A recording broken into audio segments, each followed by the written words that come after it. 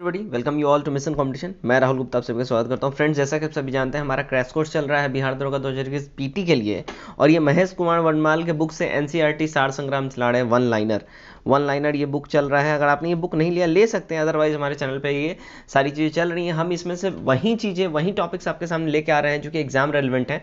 हमारा previous video जो था हिस्ट्री के ऊपर था, और उसमें हमने बाबर और हुमायूं के बारे में हमने पढ़ा था।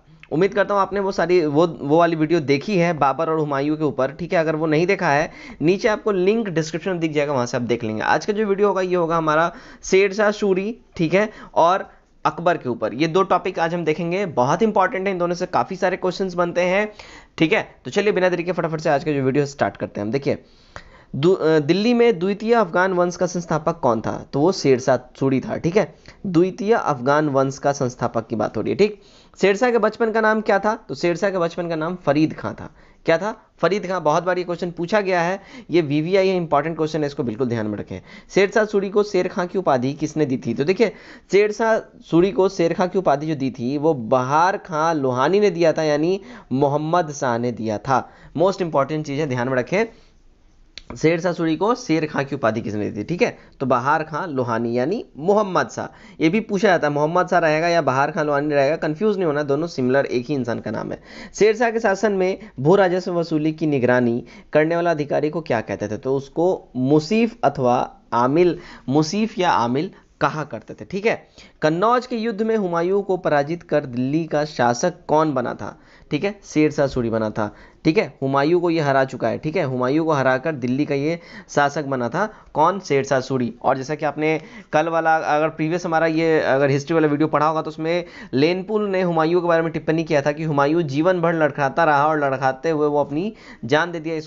इसको अभागा शासक की संज्ञा भी दी गई है हुमायूं को। ठीक है, बात यहाँ हो रही है हुमायूं की। चलिए नेक्स्ट जो हमारा पॉइंट है, देखिए, शेरशाह का मकबरा अगर पूछा जाए ये कहाँ पे है, तो शेरशाह का मकबरा कहाँ है? तो सासाराम में है। आप ये ट्रिक से भी रिलेट कर सकते हैं, शेरशाह सासा, शेरशाह सासा। ठीक है, सासा। तो ध्यान रखें, शेरशाह का मकबरा सासाराम बिहार। ये ट्रिक से भी आप इसको याद रखते हैं। कृषकों की सहायता के लिए पट्टा एवं कबूलियत की व्यवस्था किस मध्यकालीन भारत शासक ने प्रारंभ की? तो शेरशाह सूरी ने इस चीज को, पट्टा व्यवस्था जो है इसने ही, शेरशाह सूरी ने स्टार्ट किया था। देखिए मोस्ट इंपॉर्टेंट, ये बहुत बार एग्जाम में पूछा जा चुका है। ठीक है, ग्रैंड ट्रंक रोड का निर्माण किसने करवाया था? ग्रैंड ट्रंक रोड, ये शेरशाह सूरी ने ही ग्रैंड ट्रंक रोड का निर्माण कराया था। बहुत बार ये एग्जाम में पूछा गया है, ध्यान रखें इस बात को। शेरशाह सूरी की मृत्यु कहाँ हुई? तो ये कालिंजर में इसकी मृत्यु हुई थी। कहाँ हुई? कालिंजर में इसकी डेथ हुई। ठीक है, रीजन आपको कमेंट करके बताना है। ठीक है, आपने लूसेंट पढ़ा है, लूसेंट के अलावा आपने और भी जो टेक्स्ट बुक पढ़े हैं, लूसेंट भी पढ़ा है, उसमें रीजन दिया गया। आप रीजन आपको कमेंट करके बताना है कि इसकी मृत्यु कैसे हुई। ठीक है, शेरशाह सूरी के शासन काल में भूमि मापने के लिए किस पद्धति का प्रयोग किया जाता था? बहुत बार ये पूछा गया है, गजे सिकंदरी का इस्तेमाल होता था शेरशाह सूरी के शासनकाल में। चलिए, दिल्ली में स्थित जो पुराना किले के भवनों का निर्माण किसने करवाया था? तो दिल्ली में जो पुराना किला जो है ना, पुराना किला, इसके भवनों का निर्माण शेरशाह सूरी ने करवाया था। ठीक है, अब देखिए नेक्स्ट है, मैं मुट्ठी भर बाजरे के लिए हिंदुस्तान का पूरा साम्राज्य खो चुका हूं, यह कथन किस मध्यकालीन शासक का है? तो ये शेरशाह का है। ठीक है, ये ध्यान रखिए स्टेटमेंट, ये बीपीएससी में आया हुआ है। ये स्टेटमेंट पहले ध्यान से देख लें। मैं मुट्ठी भर बाजरे के लिए, यानी मुट्ठी भर अन्न के लिए, आप एक तरीके से बोल सकते हैं मुट्ठी भर बाजरे के लिए हिंदुस्तान की पूरी साम्राज्य खो चुका था, ये जो है कथन मध्यकालीन शासक शेरशाह सूरी का था। ठीक है, किस अभियान के दौरान शेरशाह सूरी की मृत्यु हो गई? तो कालिंजर अभियान के दौरान इसकी मृत्यु हो गई। कब हुई? तो 1545 में हुई। ठीक है, आपको रीजन बताना है, मृत्यु इसकी कैसे हुई। ठीक है, इस अभियान के दौरान तो ही, लेकिन कैसे हुई ये आपको कमेंट करके बताना है। चलिए नेक्स्ट जो है, देखिए नेक्स्ट हमारा पॉइंट है शुद्ध। देखिए, शुद्ध चांदी का रुपया और तांबे का दाम किसने प्रचलित किए? तो ये प्रचलित किया था शेरशाह सूरी ने। ठीक है, एकदम शुद्ध चांदी का रुपया और तांबे का दाम ये प्रचलित किया था शेरशाह सूरी ने। शेरशाह ने दिल्ली में किला कुहना मस्जिद का निर्माण करवाया था, और ये दिल्ली का पुराना किला में स्थित है। किला कुहना मस्जिद जो है कहाँ है? तो दिल्ली के पुराना किले में है। ध्यान रखें, शेरशाह के बाद उसका उत्तराधिकारी कौन बना? तो इस्लाम शाही बना। कौन बना? इस्लाम शाही। मोस्ट इंपॉर्टेंट है। ठीक है, और शेरशाह के शासन में उपज का कितना भाग राज्य को देना पड़ता था? तो उपज का 1/3 3 भाग यानी 1/3 भाग राज्य को देना पड़ता था। देखिए शेरशाह के सूरी के रिलेशन में एक मोस्ट इंपॉर्टेंट पॉइंट है कि शेरशाह सूरी ने अनेक विद्वानों को संरक्षण प्रदान किया था, ठीक है, जिसमें मलिक मोहम्मद जायसी भी उसमें से एक प्रमुख विद्वान था, जिस रिलेटेड काफी सारे क्वेश्चंस बनते हैं एग्जाम में, ठीक है। चलिए नेक्स्ट अब हम देखते हैं, नेक्स्ट हमारा जो यहाँ पॉइंट है वो है अब हम पढ़ेंगे अकबर के ऊपर में, अकबर से रिलेटेड पॉइंट्स हम पढ़ेंगे। देखिए अकबर की जो है ना बात करते हैं तो 1542 में अकबर का जन्म हुआ था। कहाँ हुआ था? तो अमरकोट के राणा सांगा वीरमल के महल में हुआ था अकबर का जन्म, ठीक है। हुमायूं के असामयिक मृत्यु के बाद अकबर का राज्याभिषेक कहाँ पर किया गया? तो ये कलानौर पंजाब में इसकी जो है राज्याभिषेक किया गया था हुमायूं का, ठीक है। अकबर ने अपने संरक्षक बैरम खां को कौन सी उपाधि प्रदान की थी?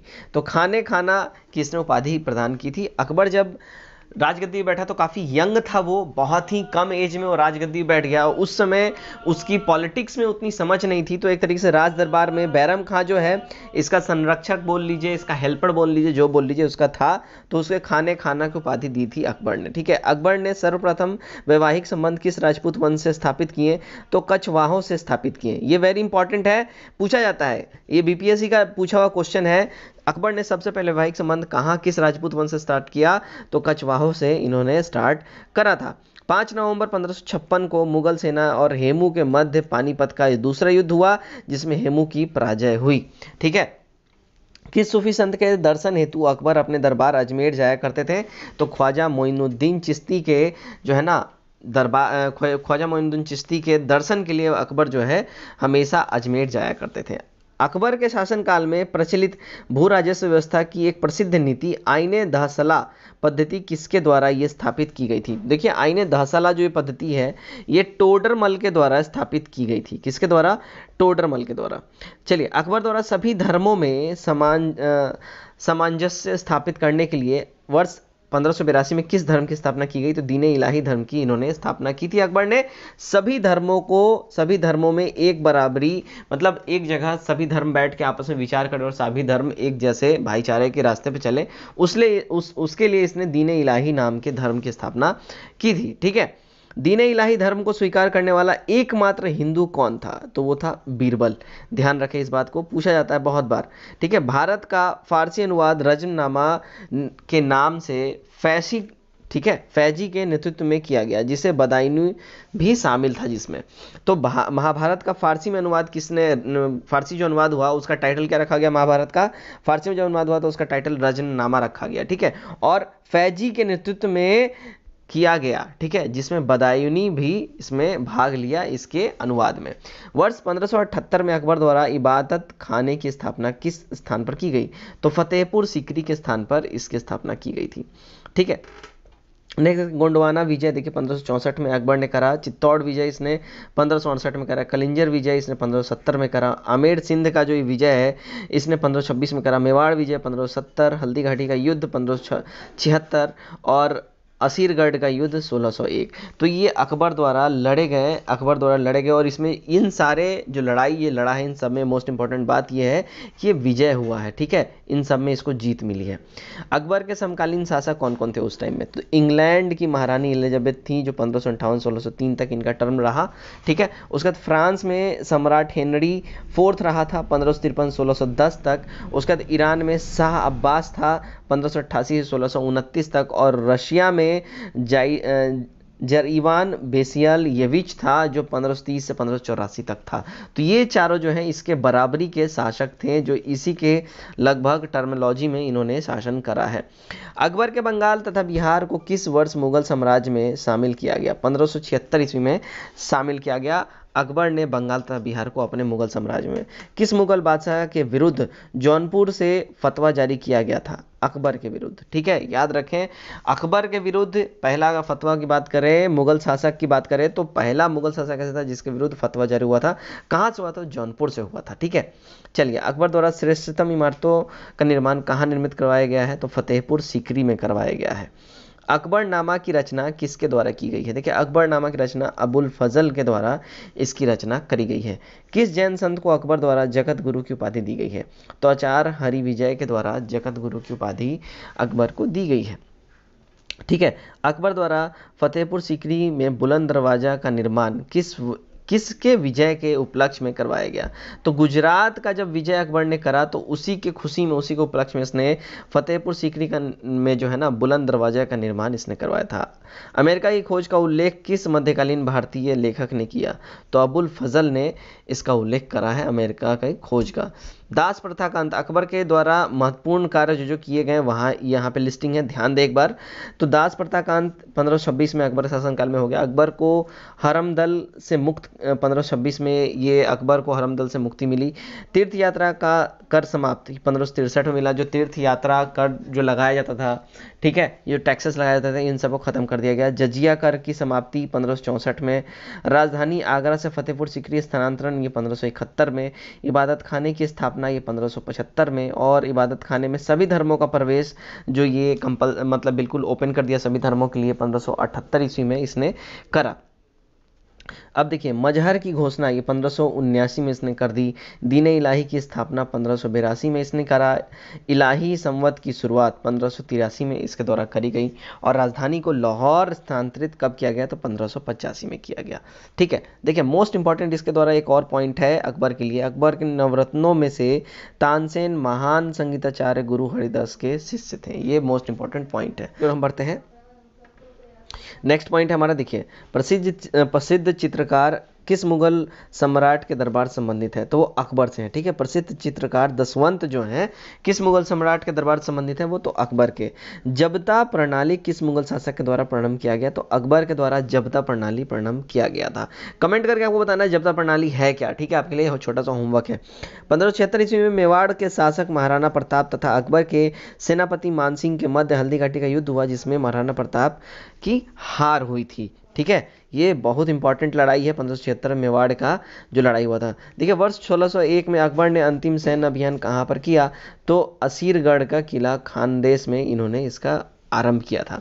अकबर ने किस प्रसिद्ध चित्रकार को सीरी कलम की उपाधि प्रदान की? तो अब्दुस मद की जो है ना, इसने अकबर ने अब्दुस मद को प्रसिद्ध, ये एक फेमस उस समय पेंटर था जिसे सीरी कलम की उपाधि इसने प्रदान की थी। बीरबल के बचपन का नाम क्या था? महेश दास बीरबल के बचपन का नाम था। ठीक है, बीरबल के बचपन का नाम महेश दास था। ग्वालियर में स्थित गुजरी महल किसके द्वारा बनवाया गया? तो मानसिंह के द्वारा ये ग्वालियर में गुजरी महल का निर्माण करवाया गया था। ठीक है, चलिए नेक्स्ट पॉइंट हम देखते हैं। अकबर के दरबार में आने वाला प्रथम अंग्रेज कौन था? तो राल्फ फिंच जो है ना अकबर के दरबार में आने वाला प्रथम अंग्रेज था। ठीक है, अकबर ने जरी कलम की उपाधि किसे प्रदान की? तो मोहम्मद हुसैन को अकबर ने जरी कलम की उपाधि प्रदान की थी। लीलावती नामक गणित की पुस्तक का फारसी भाषा में अनुवाद किसने किया था? तो फैजी ने किया था। ठीक है, फैजी जो है ये लीलावती नामक गणित पुस्तक का निर्माण जो है फारसी भाषा में फैजी ने करा था। ठीक है, ईस्ट इंडिया कंपनी की स्थापना के समय भारत का शासक कौन था? तो अकबर ही था, जब ईस्ट इंडिया कंपनी भारत में जब आई थी तब। ठीक है, अबुल फजल की हत्या किसके द्वारा करवाई गई थी? तो जहांगीर के द्वारा अबुल फजल की हत्या करवाई गई थी। वर्ष 1582 में टोडरमल को कौन सा पद दिया गया था? तो वर्ष 1582 में टोडरमल को जो पद दिया गया था वो दीवाने अशरफ की ये पद था। ठीक है, अब देखिए अकबर की प्रमुख विजय की बात कर ले तो इसने देखिए पानीपत का सेकेंड वॉर इसने लड़ा था 1556 में। फिर गोंडवाना विजय ये 1564 में करा। चित्तौड़ विजय 1568 में करा। मारवाड़ विजय 1570 में करा।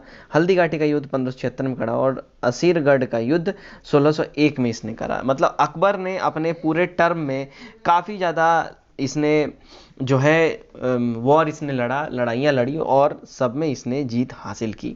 ठीक है, तो यहाँ पे सिर्फ विजय से रिलेटेड ही लड़ाइयाँ दी गई हैं। तो उम्मीद करता हूँ ये जो वीडियो है आपको काफ़ी पसंद आया होगा। ये अकबर और शेरशाह सूरी से रिलेटेड हमारे जो one liner question Mahesh Kumar Varnmal के बुक से है, ये काफ़ी पसंद आया होगा। आपके लिए एग्जाम रेलिवेंट सारे के सारे पॉइंट्स हैं। तो ये वीडियो कैसा लगा कमेंट करें, जरूर बताएं।